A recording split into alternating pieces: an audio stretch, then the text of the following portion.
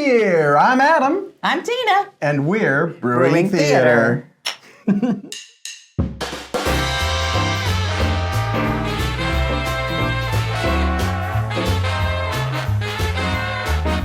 Well, it is 2025.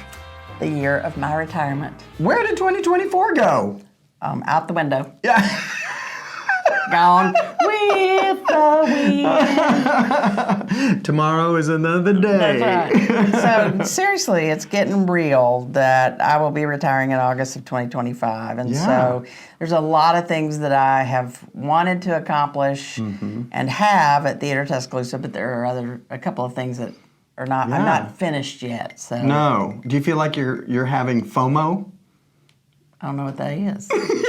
I'm never doing another one Have of these. you ever seen one of those pits that's got the foam balls and you jump? No, that's not FOMO. No. FOMO is fear of missing out. FOMO.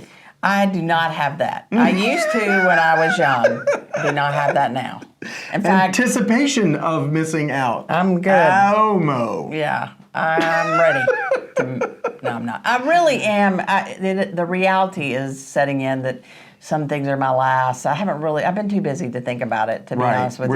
We're doing it every day. Yeah, and we're sitting in my office and we're looking at the bean brown that is almost complete. Right. I mean, it has got the seats in and everything's, there's just little bitty things that are left. And then we've got a few things in the lobby, but there's a couple of things that I'd like to see happen before I leave. Yes. And so let's talk a little bit about New Year's resolutions. That's right. Usually I don't do them because they last about 30 minutes with me. It's like, I'm going to lose 5,000 pounds this year. I probably have lost and gained 5,000 pounds over the course of my life. I have this little journal that I keep, and I always put, goals in there, and I put New Year's resolutions in, and every one of mine is like lose weight, and I have the same resolutions every year. I'm like, come on, Tina, get it together. Yes, but I have your wish list. I have some business related ones. I have some career related ones. Let's talk about that. We created Paul and Susan Looney Legacy Endowment. And it really is that. It's Paul and Susan Looney's legacy. They were here forever. Paul was the executive director for a long time.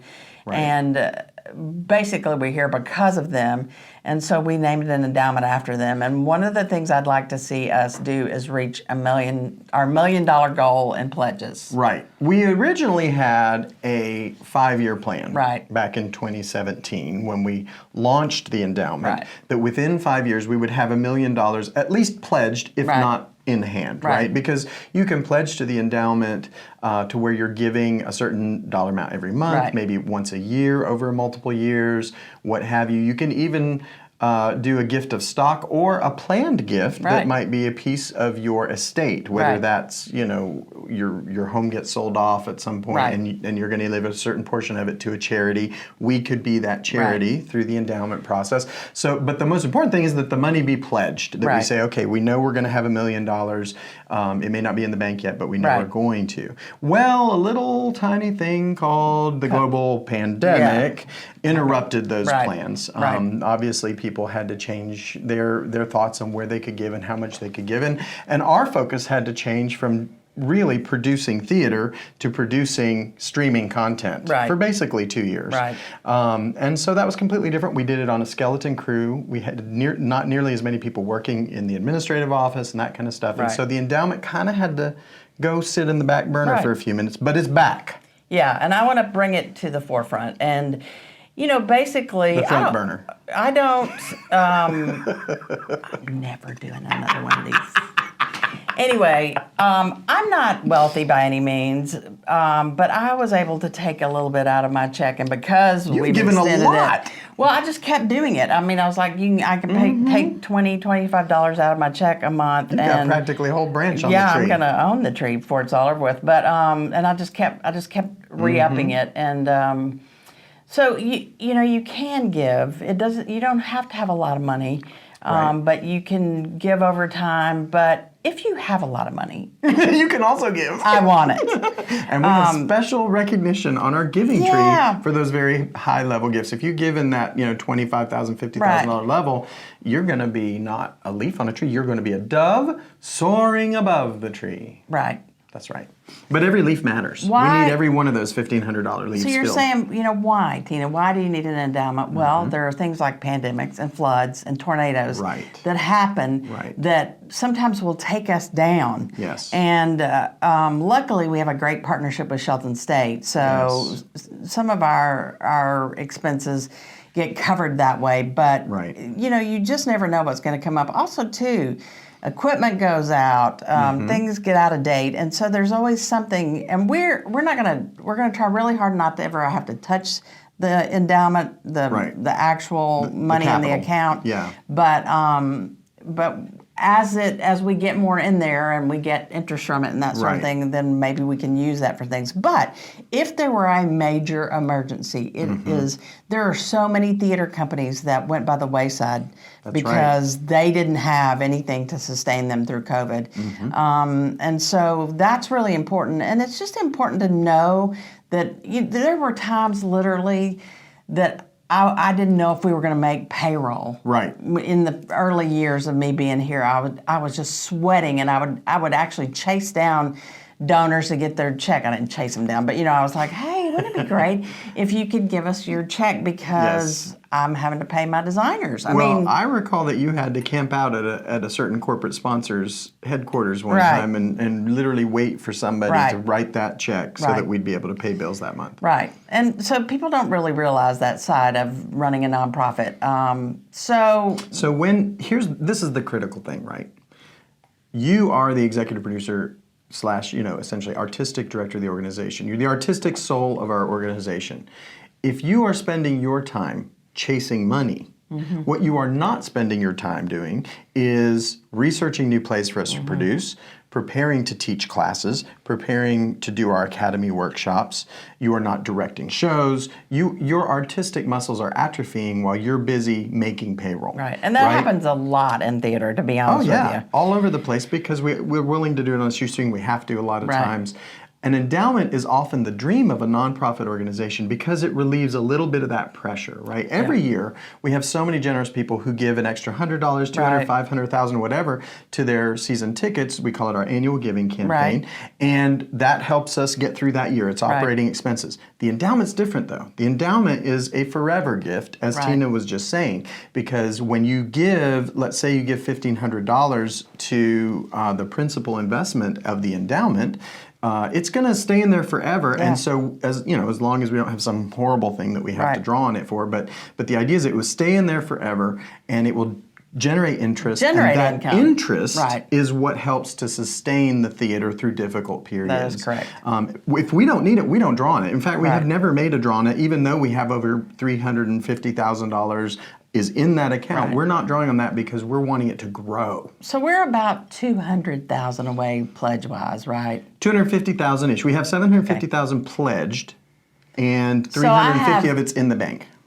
Basically 8 months to raise $250,000 for this endowment. That's just $250,000. Anyway, so that is pennies. It's pennies. That is that's my last wish, I guess. Well, your last gift to the organization. My last gift to the organization is I would like to see us get $2 million in pledges, and so that's really important to me that I leave this Paul and Susan Lenny Legacy Endowment in good stead. Yeah, that's just 10 doves, by the way.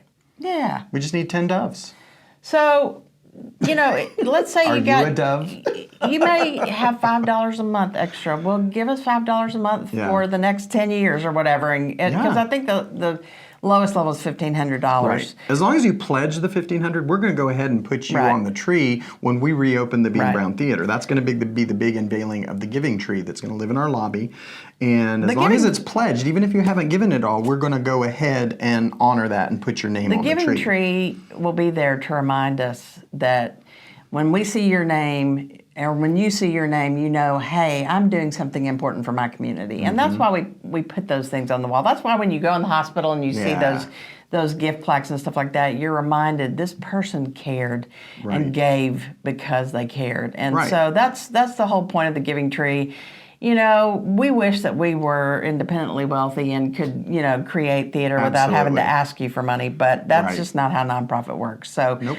So my New Year's resolution is to get us to $1 million in pledges for the endowment before I get out of here, basically at the end of August. So be looking for other things, us talking about that. If you own a business, things like that. Yeah, it doesn't have to be an individual. I'm going to be sort of putting my ear to the ground and saying, hey, please help, because we matter. Right. The arts matter, theater matters, and education matters. And so that's why it's so important to me. By the way, that $1,500 level, if you divide it over 5 years, monthly gifts, it's only $25 a month. That's awesome. You probably wouldn't even miss that.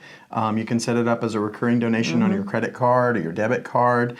We can do it however you like. And before you know it, you've earned yourself your first leaf. Yeah. And then you might go, I'll do another 5 years. Get me another leaf from my parents. Get me another leaf from my cousin. That's what I did. From my best friend. Right. So anyway, that's important to me. There's some other things I want to accomplish, but that's the main goal that I have. And I told that to the board when I let them know that I would be retiring, is that one of the things that was really important to me is to get our endowment to that $1 million pledge level. So help us out.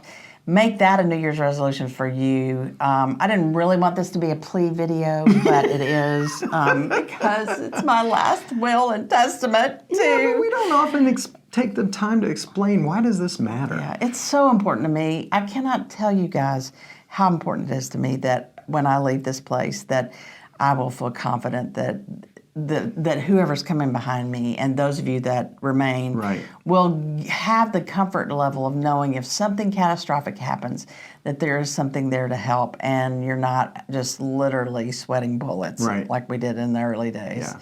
And it's Paul and Susan's legacy, but it's really everybody that has been involved with Theater Tuscaloosa in the past. It's their legacy. There's so many people that have been doing work with us for so many years, and it's really their legacy to keep it going. So I hope long after I'm gone, I'm not planning on leaving this earth anytime in the near future, but I am planning on retiring and taking a nap for about 3 months. But I do think it's important for legacies to continue and good work to continue, and I'd like to see the good work continue. So that's what it's about. It's about ensuring if you loved Mamma Mia, if you loved Grease, A Christmas Carol, Sister Act. I think of all these, Anything Goes, Some Enchanted Evening. If you love these shows and you want to see them continue into the future so that not just you, but your children, your grandchildren, your great-grandchildren will also have the opportunity to sit in a beautiful theater and experience a beautiful story told beautifully, then giving to the endowment helps you guarantee that future.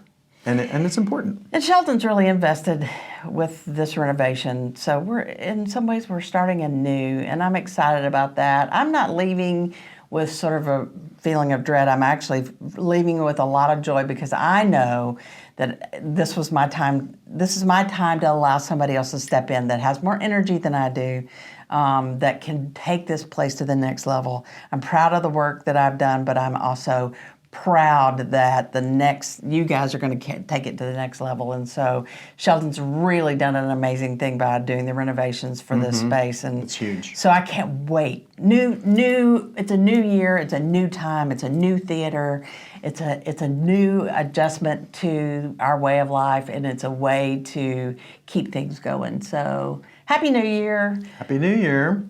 And good luck with those 10 pounds. Right. We'll be right there with you. Until next time, I'm Adam. I'm Tina. And we're Brewing Theater. Cheers. 2025. Cheers to New Year's.